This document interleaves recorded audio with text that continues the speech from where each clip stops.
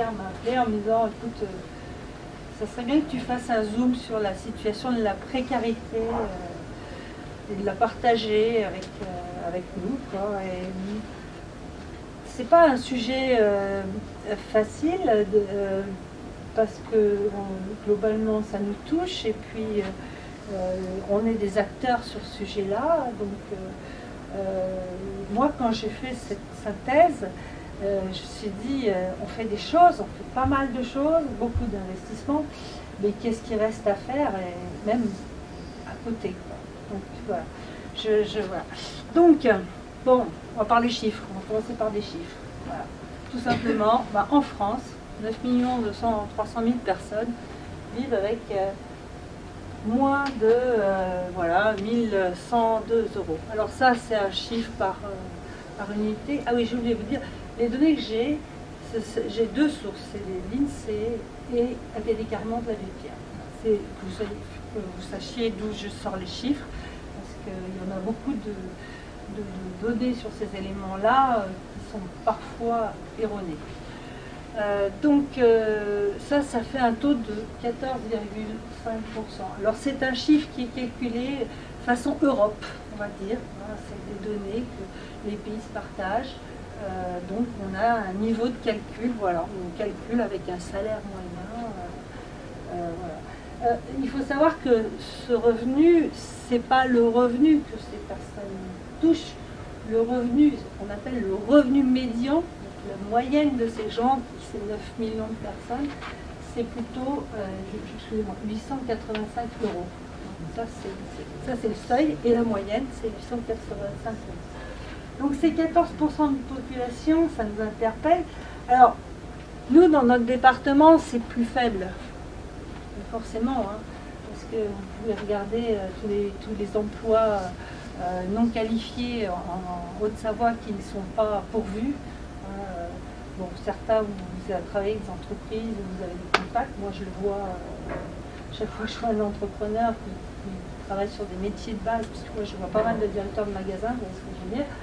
Voilà, je vois des transporteurs, tout ça. Et franchement, sur l'emploi, il y a du boulot en Haute-Savoie. Le problème, c'est de vivre en Haute-Savoie. C'est-à-dire, voilà, avec ce montant-là, vous avez compris que vivre en Haute-Savoie, c'est chaud. Donc, du coup, on est attractif, mais non, on n'est pas attractif en Haute-Savoie, on est attractif pour des emplois qualifiés haut de gamme. Voilà. Ça nous met dans une position un peu particulière. Ça représente chez nous, on va dire 70 000, 75 000. Vous verrez pourquoi je dis cet écart, parce que c'est pas forcément si facilement quantifiable cette précarité, cette pauvreté, on va dire plus clairement. Donc 75 000 personnes, côté banque alimentaire, on évalue le besoin d'aide alimentaire à 35 000 personnes. Alors, vous voyez, on est sur des chiffres qui sont un peu flous. Alors, qu'est-ce qui s'est passé? En fait, il y a une très grosse progression sur la réduction de ce taux de pauvreté pendant 15 ans. Pendant 15 ans, fin des années 80 à 90, enfin 90 jusqu'à 2008, c'est donc précis sur le chiffre, vous voyez ce qui s'est passé en 2008, on a une réduction. Et c'est vrai que depuis 2008, ce taux monte régulièrement tous les ans. Alors, il y a une explication, il y a deux facteurs clés. C'est pas le taux migratoire, parce que déjà en 2021, on accueille 4 à 5 fois moins de gens migrants par rapport aux années 70. Ça n'est pas le flux migratoire. En fait, ce qu'on a vu, c'est l'explosion des familles monoparentales ces 15 dernières années. Ce qu'on a vu aussi, c'est qu'on a une croissance faible, on a un taux de chômage élevé, et du coup, il y a une dégradation structurelle de l'emploi. Et ça a amené à des emplois sous-payés. Voilà. Je vous en cite.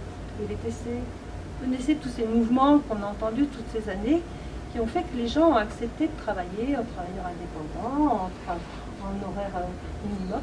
Et l'emploi, on croit avoir, on a un droit du travail extrêmement protecteur dans notre pays, Et en fait, je veux dire, l'internationalisation du travail a fait que on a des emplois sous-payés dans notre pays, comme en Angleterre. On n'a pas à leur enlever quoi que ce soit sur ce sujet. Résultat, le taux de pauvreté aujourd'hui, c'est pas visible. Il est l'équivalent en 1979. On a régressé de 20 ans sur le taux de pauvreté en France ces dernières années.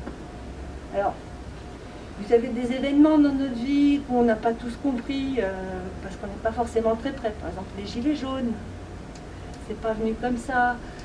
On a plein de mouvements qui sont nés, qui expriment cette difficulté. Et en fait, on a cru qu'avec la croissance, on allait gagner, effacer, gagner, réduire cette situation.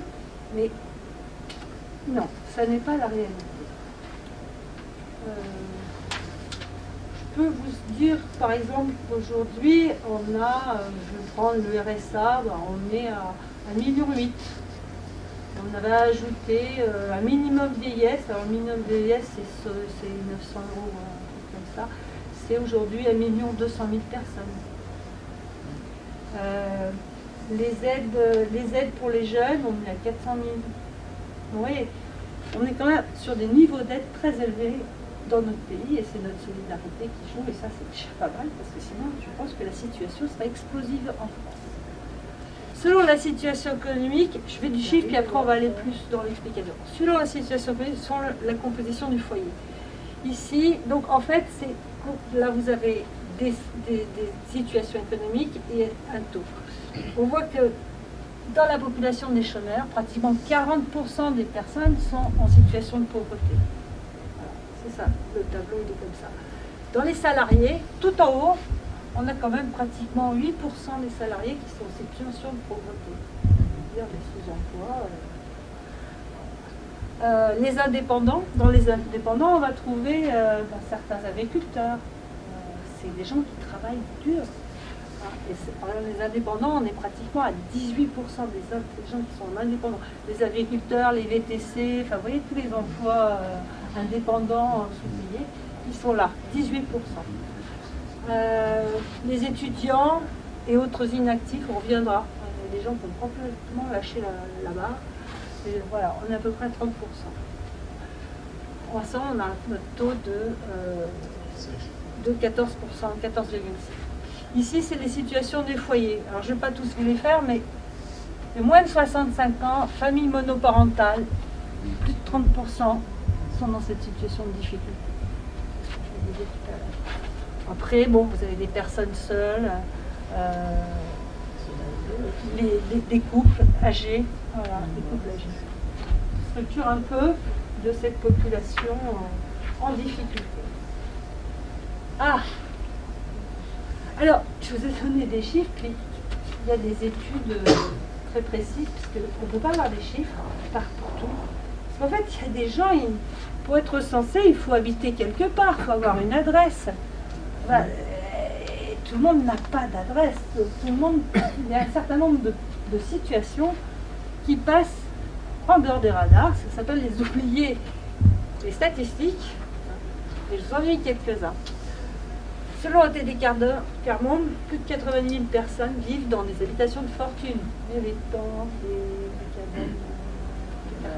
On n'en va pas beaucoup à Annecy, mais bon, tout le monde ici voyage pas mal. Si vous allez Paris, parisien, Lyon, dans des zones, vous les voyez quand vous passez, vous ne pouvez pas ne pas les voir. Donc voilà, 90 000 personnes. De la poste, là, au bout il y en a. Sous les voies ferrées. Sous les voies ferrées, il y en a, effectivement. Sans domicile fixe. Alors, si on ne sait pas très bien compter, pas de domicile. Ce qu'on sait, c'est que dans les centres d'hébergement, on en accueille 140 000. 140 000 personnes sont accueillies, soit hébergement d'urgence, soit pas forcément d'urgence. Les voyageurs sont les gens du voyage. Voilà, donc ça, on est sur une population particulière. Il y a plus de 200 000 personnes qui vivent dans le voyage, pas trop sens. Ça ne veut pas dire que tout le monde est en difficulté dans cette population, mais ça veut dire que quand même, il y en a quand même pas mal. Les personnes hébergées par un tiers. Alors voilà, on revoit les jeunes qui rentrent chez les parents, ou chez les grands-parents même, ou chez leurs frères, leurs sœurs, parce qu'effectivement, ils n'ont pas les moyens d'avoir un logement. Les femmes sans ressources, les personnes âgées, le niveau de retraite très faible, des gens en situation de handicap, effectivement, qui sont hébergés, qui ne sont pas forcément recensés. Puis il y a aussi les hébergements collectifs. Alors là, il y a 200 000 personnes. Alors, j'ai pas mis tout, parce que il y a des choses qui sont un peu surprenantes, mais on a les personnes âgées qui sont dans des établissements, c'est du provisoire, c'est pas du provisoire, parce que tout le monde n'a pas forcément les moyens d'avoir un logement pour finir sa vie qui soit de qualité. Les immigrés, le handicap lourd, tous les gens qui sont en structure de handicap lourd, à peu près 200 000 personnes. Les étudiants qui sont en logement indépendant, alors là, il y en a 600 000, mais tout le monde n'est pas en difficulté, mais sur les 600 000, on l'a vu tout à l'heure, on en a 30%. On a 200 000 jeunes, et je vous dis, avec la crise qui s'est passée, vous savez tous que les petits boulots, tout ça, toutes les parties, on a eu une grosse crise au niveau du revenu étudiant. Les habitants d'outre-mer, voilà. Il y a 500 000 personnes qui sont à 885 € dans les outre-mer. Voilà. Globalement, la France invisible, non comptabilisée dans ce que je vous ai montré, est évaluée à la louche par l'INSEE, les études qui sont faites, à 1 million de personnes. Pour ajouter aux 9 millions qui sont. Alors, pauvreté monétaire, mais plus encore.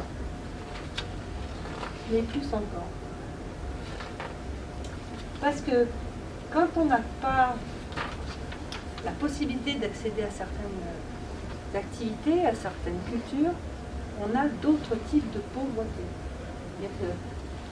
La première, c'est la pauvreté scolaire. Voilà. On aperçoit qu'aujourd'hui, que 30% des plus de 15 ans ont un niveau de 3e ou mieux. Alors, c'est vrai que quand on regarde les stats du bac, là, on sort à 90% de bacheliers.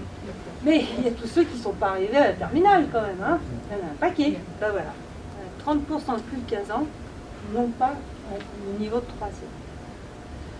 Ce qui se traduit par des absences de base de lecture, d'écriture, de calcul. Et on a là, voilà, 7%. On évalue l'illettrisme global à 7%. Vous vous rendez compte, c'est quand même énorme dans notre pays où l'école est gratuite, obligatoire. C'est énorme. Et on rajoute, parce que ça, c'est que ceux qui sont à l'école en France, enfin, quelle que soit leur origine, mais on rajoute toutes les personnes qui sont arrivées dans notre pays, dans notre culture, on évalue à 1,5 million, qui sont de plusieurs générations. Hein. On évalue ça à 1,5 million de personnes qui ont appris le français comme ça, par côtoiement, mais qui ne savent pas l'écrire, qui ne savent pas. Pauvreté de l'emploi. Bon, 2,7 millions. Là, c'est vrai qu'en ce moment, les élections approchant, le taux de chômage a tendance à baisser. Ah ouais, ah ouais. Mais à côté, 3,7 millions d'emplois précaires.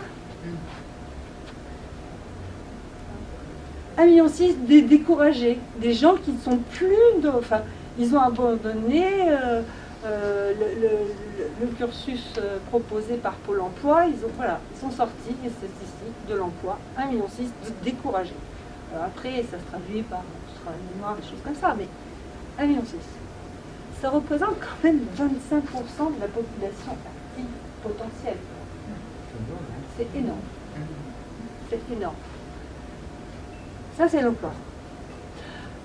Alors après, le logement. Bon, voilà. Donc là, on a des gros programmes de rénovation des logements. Tous les propriétaires pourront plus louer des logements qui n'auront pas des niveaux normes thermiques. Voilà. Ouais, enfin, moi, aujourd'hui, voilà, 4 millions. Bon, je ne sais pas si ces gens-là, avec 1185 €, ils pourront accéder dans les logements que les propriétaires auront rénovés. C'est ma vision des choses. Les habitats surpeuplés, effectivement, quand on n'a pas les moyens, voilà. Les habitants chez des tiers, ça on le voit de plus en plus. Des familles qui récupèrent, c'était plus la norme d'avoir la famille entière à la maison, 3 ou 4 générations, mais maintenant ça commence à devenir à certains endroits la norme. Précarité énergétique, bon voilà, 7 millions de personnes dont la part énergie représente plus de 20%. Donc j'ai mis dedans l'électricité, évidemment, mais aussi le chauffage et l'essence, parce que pour aller travailler, pour chercher du boulot, voilà, il faut pouvoir au moins se payer le ticket du bus ou du métro. Et puis, dans le mieux c'est aussi la voiture personnelle qui, en général, est assez consommatrice. Pauvreté des relations sociales. Donc là, on estime que 10% des gens qui ont plus de 15 ans n'ont pas de relations sociales. N'ont pas de relations sociales. 10% de notre population vit isolée, ne voit personne. Alors, ça se réduit un peu quand on rajoute le téléphone, mais il y a 10% de gens qui ne voient personne. Ça, c'est un sujet très intéressant, parce que ça, c'est un sujet qui est tout neuf, hein, 20 ans. Il a 20 ans, l'accès aux nouvelles technologies. Voilà. On a 20% de la population qui est dans l'électronisme. Et bon, vous voyez comment ça peut être très handicapant aujourd'hui. Et quand on regarde sur la population à faible revenu, on passe à 25%. Paf! Voilà. Pauvreté du temps libre. Parce que quand on n'a pas les moyens, on ne peut pas avoir de loisirs, entre guillemets. Il n'y a pas de vacances, il n'y a pas de... Voilà, à peu près, il y a 30% des Français qui partent jamais en vacances, même dans leur famille, parce que ce n'est pas les moyens. Loisirs, bon. On va rajouter... J'ai pas fini, malheureusement, j'aurais bien aimé ne pas tourner la page, mais il y en a d'autres. Vivre dans la sécurité. On vous entend parler du 93, vous savez très bien que les gens qui habitent le 93, les femmes, elles ne rentrent pas à la nuit. L'accès aux soins, alors là, c'est un chapitre assez long, mais l'accès aux soins, il y a à peu près presque 20% de la population qui renonce à des soins dentaires. 5% ne va pas chez le généraliste, pourtant il y a la CMU, etc. L'optique, 10%. Absence d'assurance complémentaire, alors ça c'est à peu près les 14 millions qui sont référencés comme en grande difficulté, qui sont dans ces cas. Puis il y a une petite dernière qui est arrivée, parce que l'électronisme est une nouvelle, précarité climatique, et ça ne concerne pas les gens qui habitent dans les îles où il fait beau et qui sont très concernés, mais ça nous concerne parce que quand il faut s'acheter une lignée de critères, si on a une voiture, c'est une vieille guimbarde, vous imaginez le niveau de la critère. Les primes aux véhicules propres, il faut-il encore pouvoir avoir le moyen d'acheter un véhicule propre. En agriculture raisonnée, c'est pareil, pour faire l'agriculture raisonnée, il faut investir. Voilà. Quelle accessibilité pour les plus démunis à nos ambitions climatiques. Bon, alors, tout ça, c'est... Je ne vais pas dire que tout se cumule tout, mais vous voyez bien que quand on est dans la difficulté, on n'a pas qu'un problème monétaire. On a un certain nombre d'autres problématiques. Alors, je n'espère pas tout à la fois, mais forcément, ça dégrade l'ensemble de l'état dans lequel on vit. L'isolement, le fait de ne pas avoir de loisirs, de ne pas avoir de gens, de ne pas avoir accès à la culture, c'est compliqué. Alors, c'est mon dernier. Alors, c'est un peu complexe parce que, vous voyez, les chiffres sont pas très... Enfin, on est un peu dans le flou, voilà. Et c'est probablement non exhaustif ce que j'ai fait, c'est une petite synthèse. Précisément sur la Glode d'Annecy, ça doit concerner, dans la grande précarité, la pauvreté, entre 4 000 et 5 000, 4 500, 5 000 personnes. Je parle d'Annecy, Aglo. Je ne parle pas de ça. Annecy, Aglo. On fait peu le tour là. Il y a beaucoup d'acteurs qui s'investissent sur le sujet. Tout se calme, donc tout ça, c'est. Puis chacun a des buts précis, donc c'est très difficile de faire la coordination autour de ces situations. Vu la complexité, donc on a des acteurs de bonne volonté, on a des situations complexes, mais pour l'instant, c'est pas très simple. Il y a un fort engagement des pouvoirs publics, puisqu'ils financent toutes les associations qui viennent en aide au public en difficulté. Les collectivités locales sont très bien représentées aussi sur notre région. Et puis après, j'ai dit, mais comment je vais pouvoir conclure un truc qui est quand même assez plombant? Et bien moi j'ai dit, en fait, nous, en fait, moi personnellement, ça me donne un sens à mon engagement, à nos actions, à ce qu'on fait, pourquoi on le fait, pourquoi le matin. Voilà. Je pense qu'on est tous pareils, puisqu'on est tous là.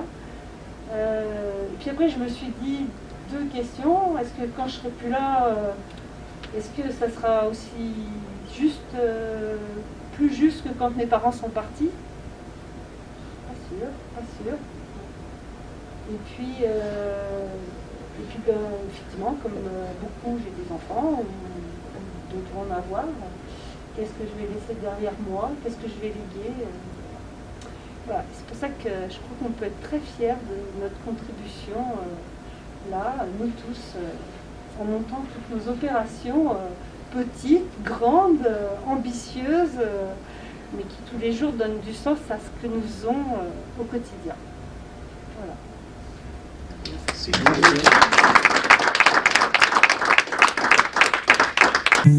Merci.